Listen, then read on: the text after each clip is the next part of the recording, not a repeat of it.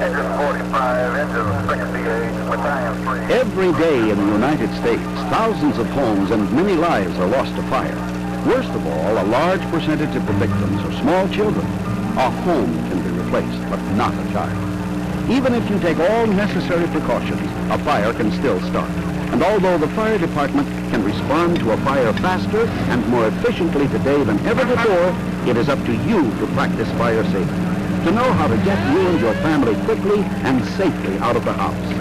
And so we've created a little story to help illustrate the need for fire safety. Because what you do in those first few minutes can mean the difference between life and death. Our story begins here. Here's Uncle Don. He works hard all day, and at night, he likes to sit and read his favorite book, and his favorite comic. Uncle Don, our teacher says it's important to have fire escape plan for our house. We'll never have a fire. But look, Uncle Don, would you explain so you can see all the doors and windows and stairs? Oh, that's very nice, but I'm reading now. And our teacher says we ought to practice Edith. Edith? Edith! It's too late to play with Edith. No, Uncle John, Edith. Exit drills in the home. The teacher says we ought to have 2 ways out of every room. Yeah, and we got to decide on a place to meet outside. Yeah, okay. Now run along now and don't bother me. But Uncle John, we should install smoke detectors in the hallway, upstairs, and in all the bedrooms. And don't forget, we should put in collapsible ladders upstairs by the bedroom window. Okay, I will.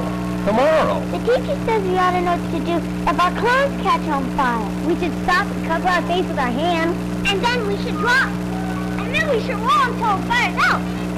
How many times have I told you not to play on the floor? We should also have a secondary signal to wake up everybody if there was a fire when we're sleeping. Well, that's enough! Teacher says. But Uncle Don! Go on. Get to bed. Uncle Don! Now! Teacher this, teacher that. Fire. We never have one. Kids. You're not doing right with the kids, Buster. You're not doing right with the kids. I said you're not doing right with the kids, Buster. Hey, look at this. He didn't pay any attention at all. Wouldn't even look at the plan. And the signal. I gotta straighten him out.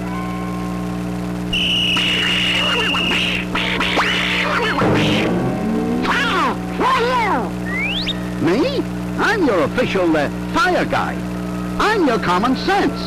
Get it? You're not doing right with the kids. What do you send them to school for, huh? If they shouldn't listen to the teacher. You should have listened to them.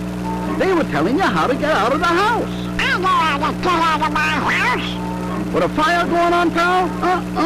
You're coming with me. You got a lot to learn. First step to fire safety is fire prevention. Let's take a look at that house of yours for a minute. Bedroom upstairs, living room, dining room. Wait a second. We have a problem. You don't have smoke detectors. You gotta have them. Put one in each bedroom and one in the hallway upstairs there. The sound will warn you. You'll be prepared if you have a fire.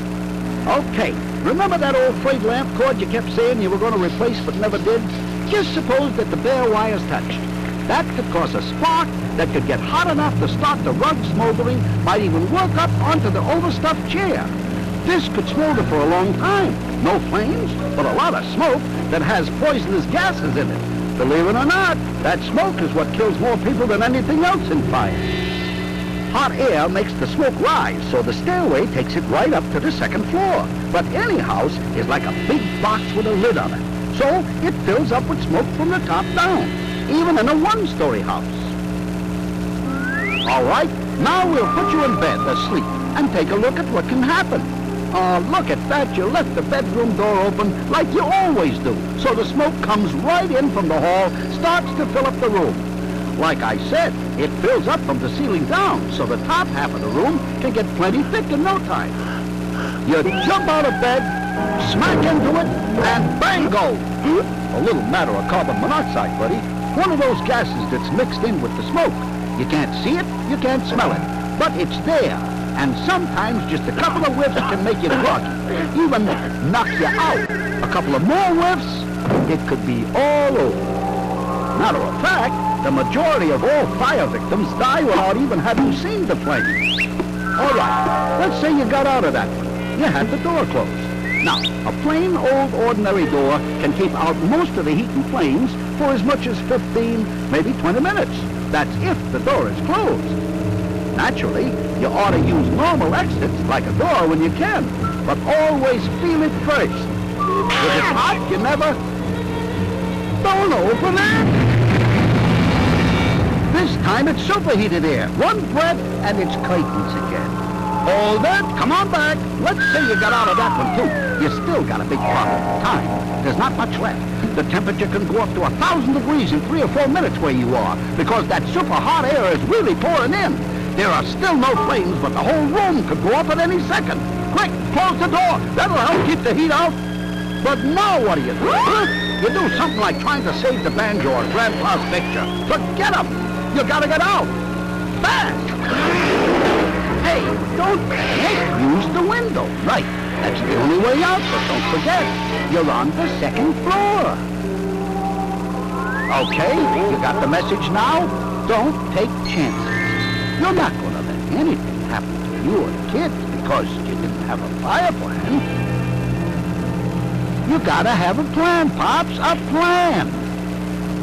Well, don't just sit there. Do as I tell you. Get the plan the kids made.